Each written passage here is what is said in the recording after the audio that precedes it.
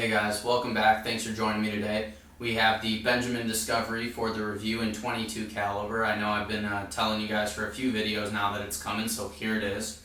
This is the first in a probably long series, but it's going to be spanned out over time. A series of videos about the Discovery, or Disco as it's commonly referred to out in the forum world. So just some things to look ahead to with this particular gun. A little bit about the gun. I believe it came out probably 5 or 6 years ago now, and it completely changed the PCP airgun market.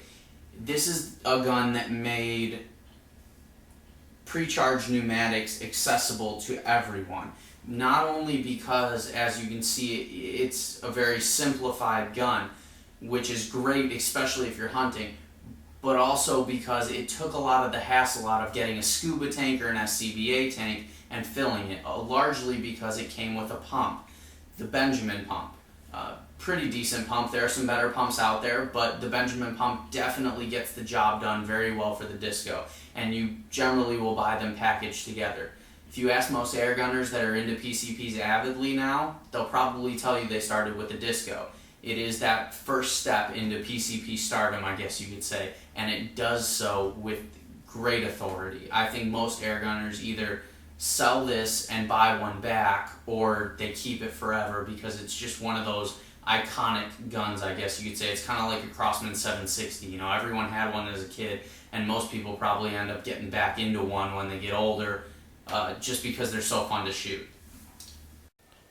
So starting from front to back, as you can see, we have the front fiber optic yellow-green sight. Comes on this little muzzle brake piece, crown protector, and a lot of guys will switch these out for TKO muzzle brakes, which quiet this gun down really well. This is a very loud gun, and you definitely need that if you have neighbors in close proximity, so you might want to check into that if you need it. Moving down to the air tube, we have the fill cap, or fill cover, and you have your Foster connection here. You just plug your hose into that and air up. Very easy. Works with tanks, pumps, whatever you got. You just have to have the right adapters for your hose. As you can see, unshrouded barrel. We have the barrel band here, which keeps kind of everything in line. It's going to keep it from shifting around one way or another, which is very nice. Also goes around the air tube. As you can see, this is a very simple looking gun, and that's a very nice feature for a lot of first-time PCP owners. Not a whole lot to get caught up in. As you can see there, we have the manometer, and that is going to read your pressures, whether you're running air or CO2. This gun uses both, but do not mix them. That could be bad. You have your green sections telling you when you have an optimum air amount or air supply, and then your yellows and your reds up top is when you've overfilled it, and at the bottom here is when you don't have any gas in it. Very nice, very colorful, easy to read. I like this gauge a lot from Crosman. Let's talk about the trigger a little bit here.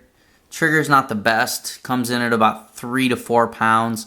Not great, but it'll get the job done in hunting. For target shooting, I wouldn't necessarily recommend it. It's really not going to provide you with a true high quality performance. As you can see, we have the crossbolt safety here.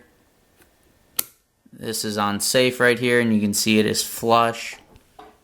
And if I push it through from the other side, pops out and tells me I'm hot. There is a little red ring there. It's not really wanting to show up on camera though.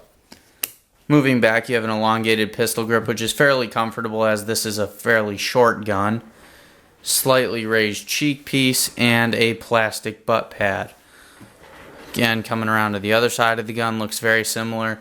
Not sure what kind of wood this is. I know Crosman was using some pretty nice wood with the early Discoveries, and then they switched over to beech, but as you could tell, some pretty nice grain in this wood, and I'm not complaining.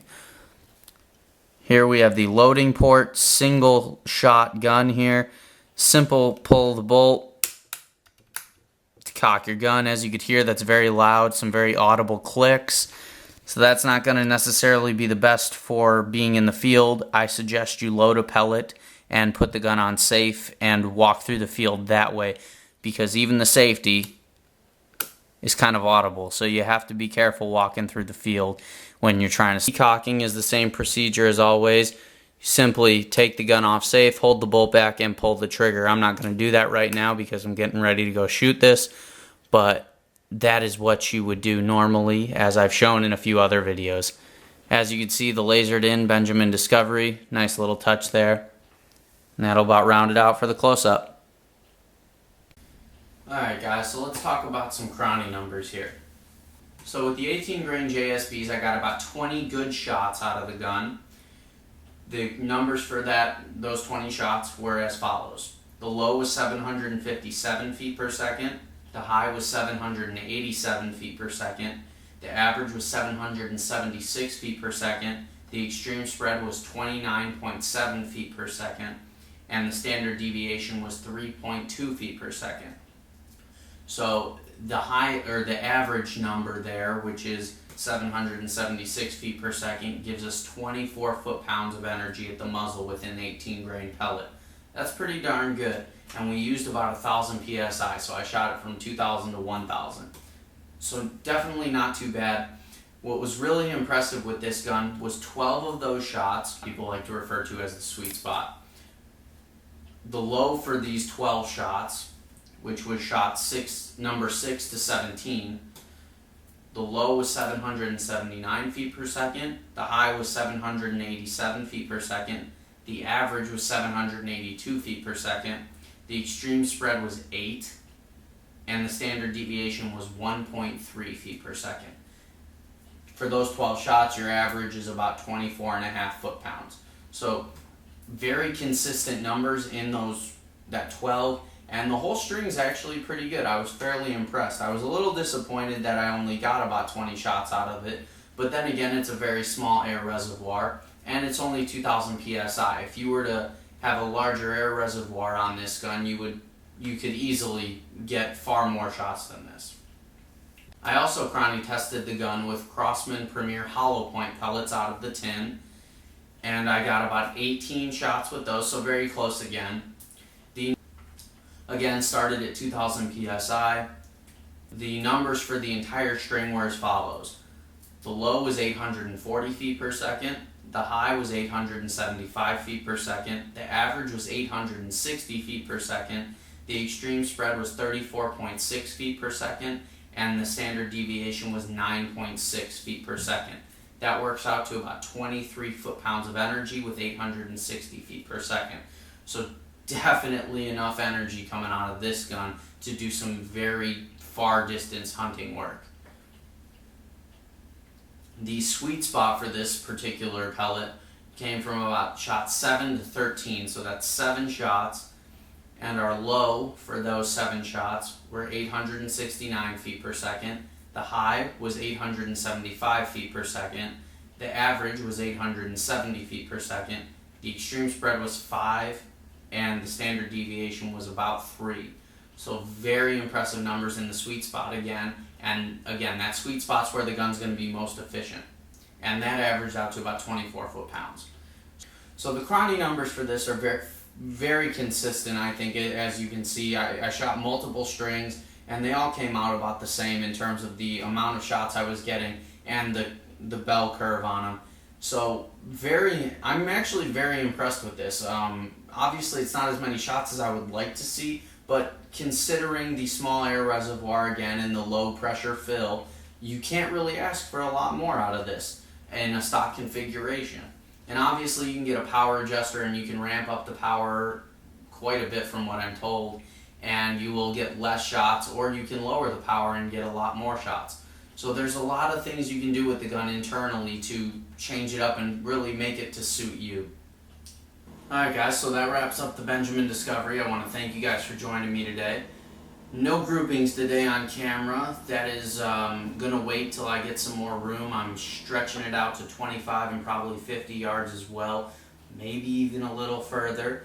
We shall see. That'll happen next week, so hopefully I can get that video edited down and put up within the next week or two. Got some other stuff on my plate right now, namely this.